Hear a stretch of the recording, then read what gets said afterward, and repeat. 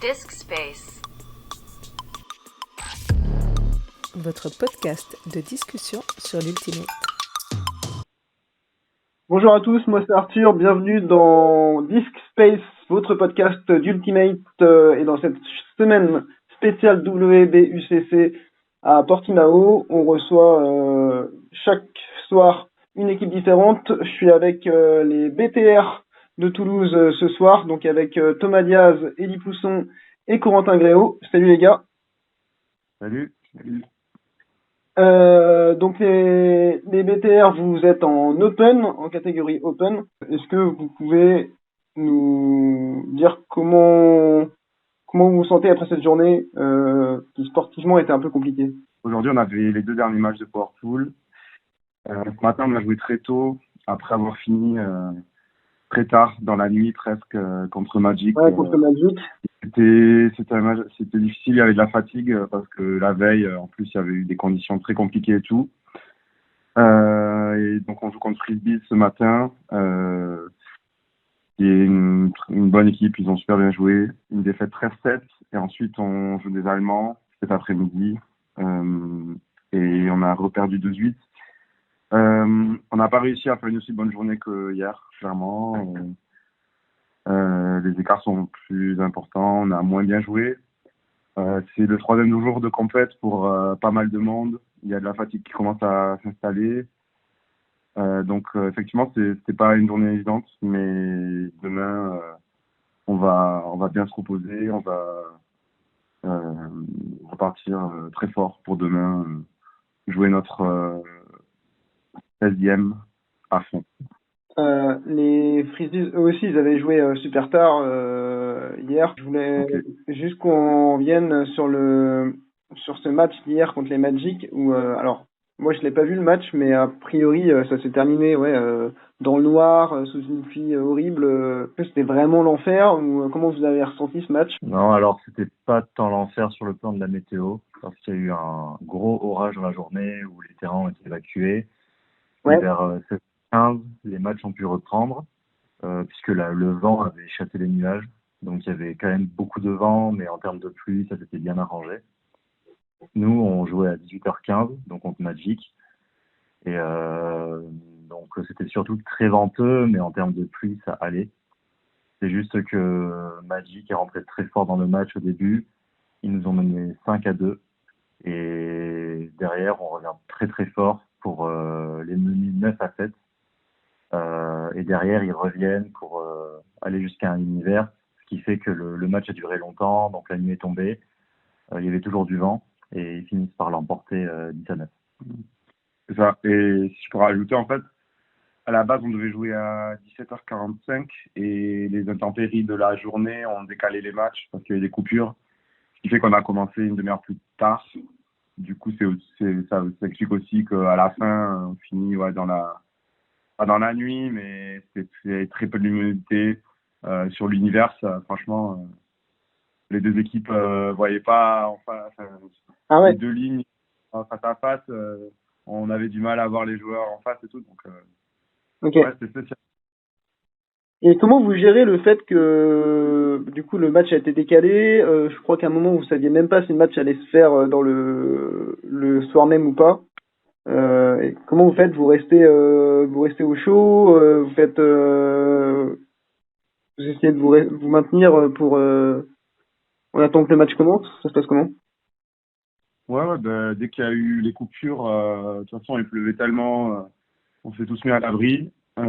Après, niveau l'orga a décidé de communiquer en nous disant qu'ils essaieraient de reprendre les matchs et qu'il fallait rester autour. Donc là, j'ai envoyé un message à tout le monde pour leur dire que la journée était sûrement pas finie et qu'il fallait se tenir prêt à ce que ça reprenne.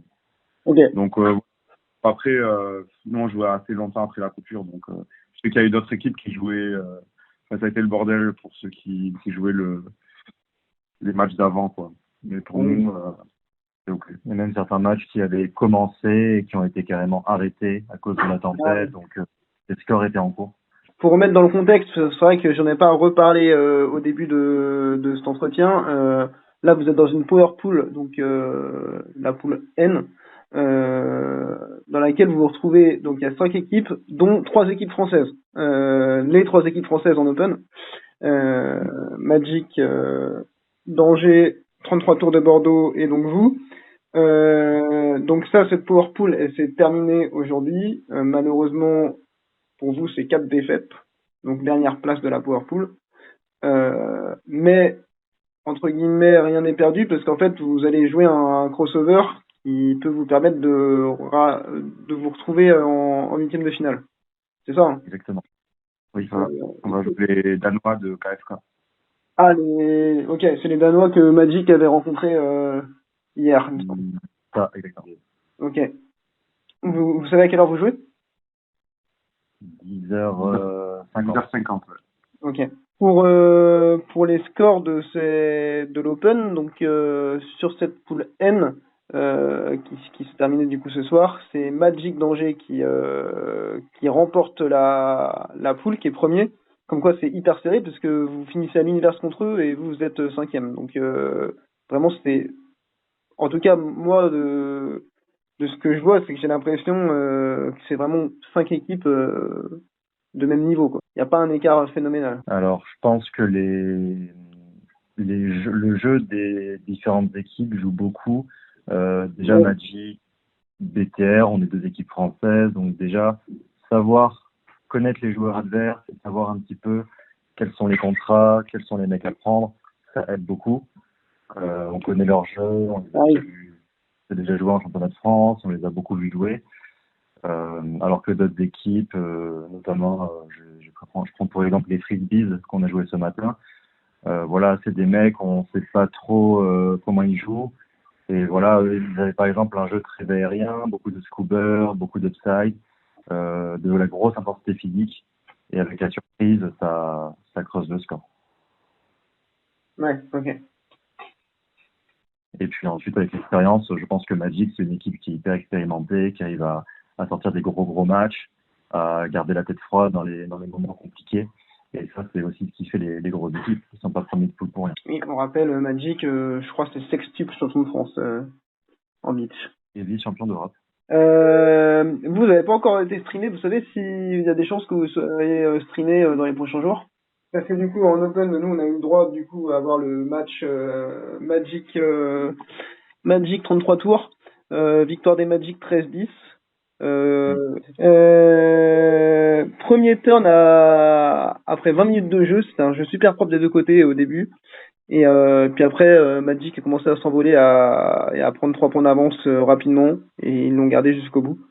Et donc c'était un match serré, mais qui leur permet de gagner et de remporter la poule. Et donc du coup, Magic est la seule équipe française déjà qualifiée pour les huitièmes de finale.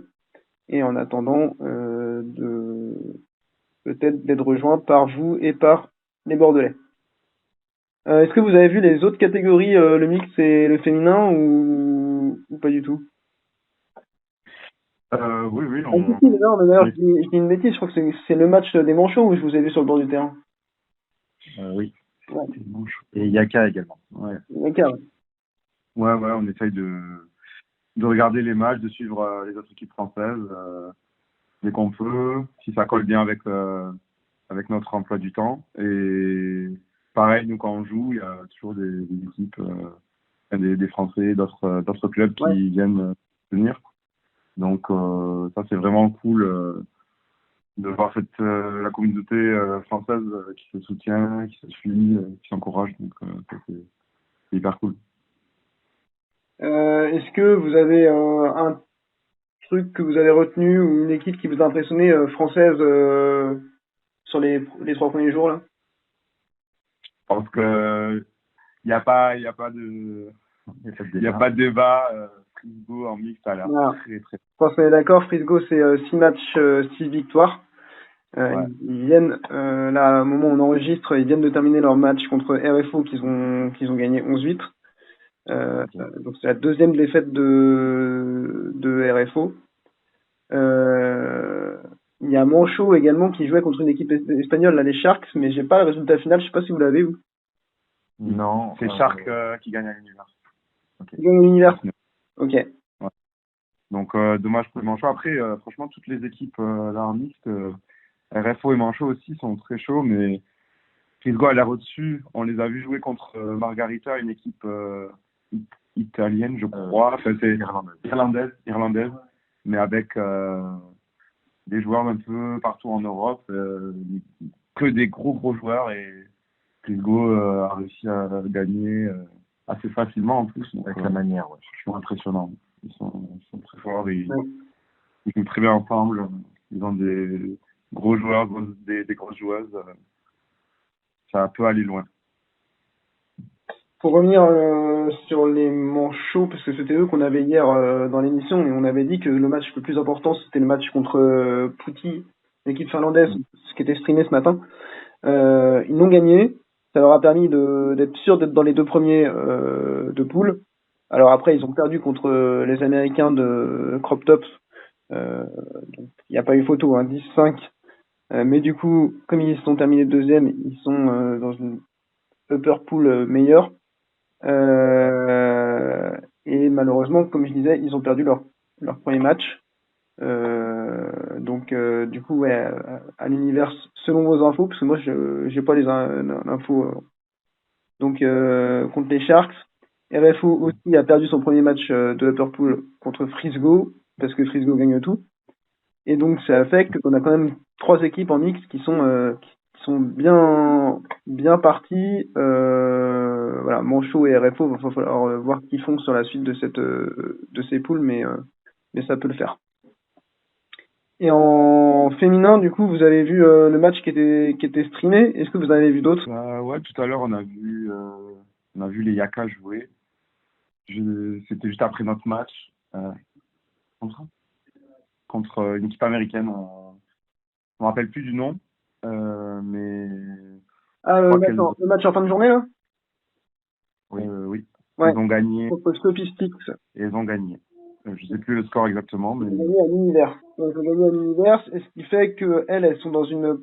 Alors, le tournoi féminin, elles sont dans une poule. Je reprends le truc. En fait, il y a une poule haute où elles sont 5 équipes, où elles se jouent juste pour le classement pour savoir qui aura les meilleures équipes à jouer en 16e. Elles sont déjà toutes qualifiées, en 8e, elles sont déjà toutes qualifiées pour les 8e. Et après, il y a plusieurs poules basses. Et donc, Inyaka est quasiment sûr de terminer 3e de sa poule sur 5. Mais il n'y a que les 3 meilleurs 3e qui passent en quart, en 8e.